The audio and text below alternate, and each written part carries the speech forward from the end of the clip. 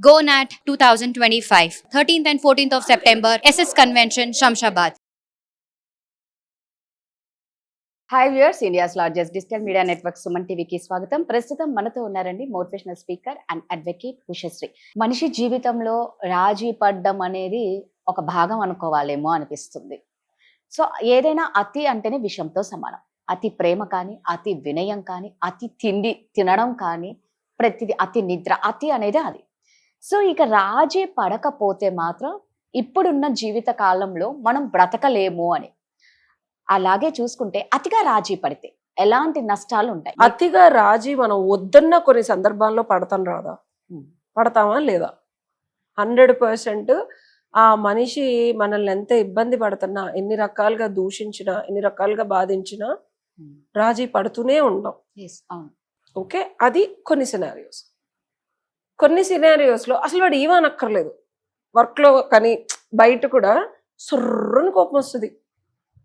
అదేంటి ఆ పక్కన వ్యక్తితోనేమో దీన్ని చంపేసే స్టేజ్లో ఉన్నా సరే ఇంత సౌమ్యంగా ఉందని చెప్పి నేనేదో చిన్న మాట అడిగితే కొడేస్తుంది ఏంటి అని చెప్పి. ఓకే, ఇంకొన్ని సందర్భాల్లో మైల్డ్గా ఉంటాం, నెయిదర్ పాజిటివ్ నార్ నెగిటివ్, గోడ మీద పిల్లిలాగా. కుదిరితే అడిగి సపోర్ట్ చేస్తాం, లేదంటే అందరు తిడుతున్నాను మనం కూడా. సో ఎప్పుడైనా మనిషి సైకాలజీ రాదా, సిచ్యువేషన్ అనుసారం ఫ్యూచర్లో వాడికి ఏం కావాలి, వాళ్ళతో ఏం పని ఉంది, బెనిఫిట్స్ ఏమున్నాయి, ఉపయోగకరమైన పరిస్థితులు ఉన్నప్పుడు భరిస్తాం, లేనప్పుడు వదులుతాం, కావాలని ఇలా ఇలా ఇలా ఇలా వెనక్కి తాడు లాగుతాం, టైట్ చేస్తాం, తర్వాత మళ్ళీ మనమే మొత్తం వదిలేసి లూజ్ చేసి ఫుల్ కాంప్రమైజ్ అవుతాం. అవుతావా లేదా? అవును. ఇందులో ఏ సందర్భం గురించి చెప్పమంటావు నువ్వు? భార్యాభర్తల విషయం కానీ, లవర్స్ మధ్య కానీ. రాజీ పడటం అనేది ఒక లాంగ్ టర్మ్ రిలేషన్షిప్ లో ఆవశ్యకతకి మించిన ఒక ఎబిలిటీ ఒక హ్యూమన్ లో ఉండాలి. అంటే అవసరానికి మించిన ఎబిలిటీ ఉండాలి, అప్పుడే కాపురం నిలబడుతుంది. ఇది చాలా మోస్ట్ అండ్ బిగ్గెస్ట్ ఇంగ్రీడియంట్. అందరూ దీనికి రివర్స్ చెప్తారు, రాజీ పడద్దు, ఇండిపెండెంట్గా ఉండండి, ఇండివిజువల్గా ఉండండి. ఇప్పుడు రీసెంట్గా వీళ్ళు నిన్న ఒక వీడియో చేశాను, కడలి అని చెప్పి, ఎవరితో ఉండద్దు, ఎవరి మాట అనద్దు, మొత్తం నువ్వే ఉండు అని చెప్పి. ఒక హ్యూమన్ కి ఎబిలిటీ టు అడ్జస్ట్ అనేది తగ్గిపోతుంది ఇప్పుడు. ఒకప్పుడు చాలా ఉండేది. అడ్జస్ట్మెంట్ వేరు, కాంప్రమైజ్ వేరు. వీటి రెండింటికి తేడా తెలుసుకోండి. చాలా మంది సహించలేనివి, భరించలేనివి, అనుభవానికి కూడా ఇబ్బందికరంగా ఉండేవి రాజీ పడుతుంది. అవి పడి పడి పడి పడి ఒక స్టేజ్ వస్తుంది. అమ్మగారు అనమాట, అట్లాగా చూస్తూ ఉంటాను నేను. అలా ఇంత పెద్ద పెద్ద ఇష్యూస్ నేను లైట్ తీసుకుని మళ్ళీ పొద్దున్నే లేచి మా నాన్న కొండి పెడుతుంది ఏంటి అని. ఒక రోజు అసలు ఒక చిన్న మాటకు లేగుస్తుంది, కస్సు బుస్సు బుస్సు అని. ఇంకా ఆ రోజు మేమిద్దరం సైలెంట్ ఇంట్లో. అంటే పడి పడి పడి పడి వాళ్ళకు ఒక స్టేజ్ వచ్చిన తర్వాత పడరు అనమాట, అలా అని మళ్ళీ పడతారు. But that's not a right pattern. నేను మా మదర్ నుంచి నేర్చుకున్నది ఏంటంటే, ఎక్కడ ఇంపార్టెంటో అక్కడ మాట్లాడగలగాలి, ఎక్కడ తగ్గాలో అక్కడ 1000% తగ్గాలి భవిష్యత్తు కోసం. అది ఎంత పెద్దదైనా. ఈ అనుభవాలన్నీ మా అమ్మగారి నుంచి నేను చూసి నేర్చుకుని సక్సెస్ఫుల్ గా కాపురాన్ని, బిడ్డని, she did her 1000% to build that relationship. మా నాన్నగారు ఎంత దూషించినా, ఫిజికల్ గా ఎంత అబ్యూస్ చేసినా, ఎమోషనల్ గా ఎంత టార్చర్ పెట్టినా, బయటకు వెళ్ళలేకపోయినా, రాజీ పాటల్లో ఆవిడ పేరు రాజేశ్వరి, నిక్ నేమ్ రాజీ కాబట్టి మరి అలా పడిపోయి ఉంటుంది. పిలిచి పిలిచి రాజీనామా చేయకుండా మా ఇద్దరు జీవితాల నుంచి ఇంకా అలానే ఉంది అమ్మవారి దయ వల్ల. సో ఒక కాపురం, ఒక బిడ్డ జీవితం బాగుండాలి అంటే బిగ్గెస్ట్ ఫార్ములా సాంబార్లో ఉప్పు లాంటిది అమ్మ, తల్లి, ఆడది. మనకున్న బేసిక్ గుణం రాజీ పడడం. ఏ ఏ సందర్భాల్లో పడాలి అంటే, నీ జీవితం ఇంకొకళ్ళ జీవితంతో ముడిపడి ఇంకొక బిడ్డకు నువ్వు జన్మనిచ్చిన తర్వాత విపరీతమైన పర్యావసానాలు వచ్చినా సరే మన బతుకు ఇతనితోనే అని ఒక డెసిషన్ వచ్చిన తర్వాత, రాకముందు పడకండి. ఇది చాలా సూక్ష్మం, నిగూఢ అర్థం అంటారు. ఆ ఫీలింగ్ రాకముందు, ఆ చాయిస్ తీసుకోకముందు అస్సలు పడకండి. Rebel and do what ever you want. But the moment you did and ఇంకొక బేబీని ప్రొడ్యూస్ చేసిన తర్వాత అప్పుడు ఆలోచించకండి please. Because it's casting 2 more lives. మీ రాజీ పడే తత్వాన్ని మీరు అప్పటికప్పుడు అర్రే నా ఎబిలిటీ పోయింది ఇప్పుడు పడలేనంటే కుదరదు, జీవితాంతం పడాలి. 10 ఏళ్ళు ఉండండి కావాలంటే అబ్బాయితో, పిల్లల్ని కనకండి, రాజీ పడకండి. You be yourself, be independent. The moment ఒక్కసారి మీరు రిలేషన్షిప్ లోకి వెళ్ళి పెళ్లి చేసుకొని ఒక బిడ్డకో, ఒక బాబుకో, 2 పిల్లలకో జన్మనిచ్చిన తర్వాత తప్పకుండా పెళ్ళంటేనే, ఇర్రెస్పెక్టివ్ ఆఫ్ వాట్, చాలా మంది రెబీలియస్ వచ్చేసి నేను చెప్తాను ఇండిపెండెంట్ గా, నేను కొన్ని విషయాలు ఉంటాయి అంటే అవి మన ఆత్మనూన్యతకి తీసుకెళ్ళిపోయి అగాధంలోకి తోసేసే విషయాల్లో పడకండి.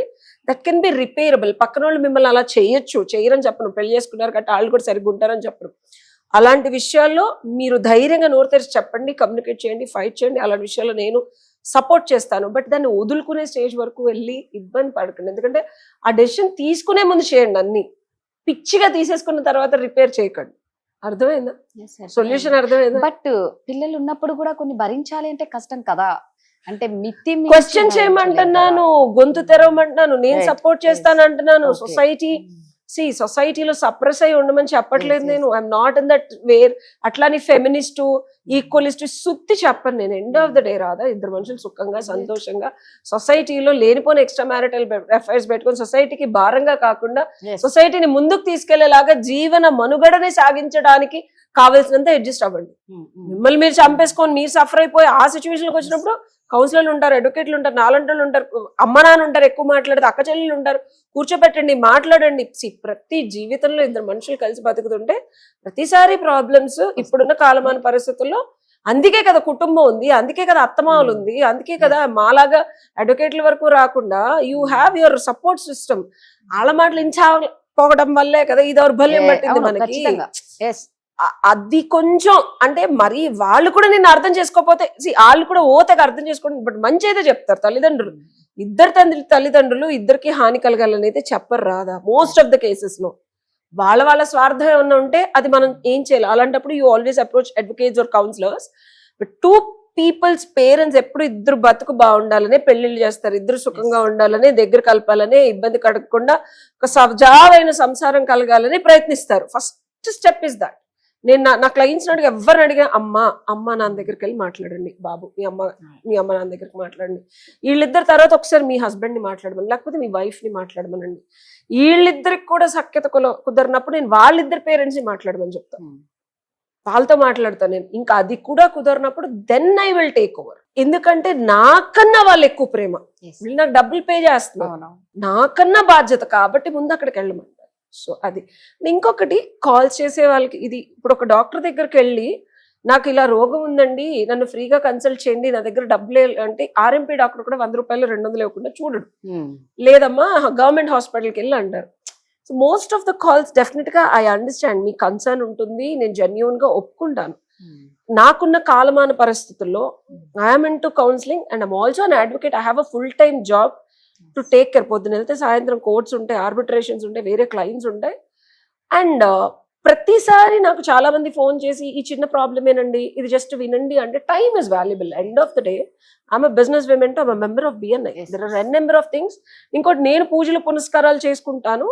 ఇట్స్ నాట్ అబౌట్ మీరు డబ్బులు ఇచ్చారా డబ్బులు ఇవ్వలేదా అదే పక్కది పెడితే, కర్మానుసారం నేను చేసే ప్రతి సాధనలో ప్రతి సెకండ్ ఇంపార్టెంట్. అది నేను ఎవరికి ఖర్చు పెడుతున్నాను అనేది భగవంతుడికి లెక్క చెప్పాలి కాబట్టి. సో ప్లీజ్ రిక్వెస్ట్ ఏంటంటే ఫోన్ చేసేటప్పుడు డెఫినెట్ గా కన్సల్టేషన్ అనేది నా టైంని బట్టి, నా అవైలబిలిటీని బట్టి నేను ఇస్తాను, దాన్ని కన్సిడర్ చేసి మాట్లాడండి. రైట్ గా. సో అర్థమైంది కదండి ఉషా చెప్పింది.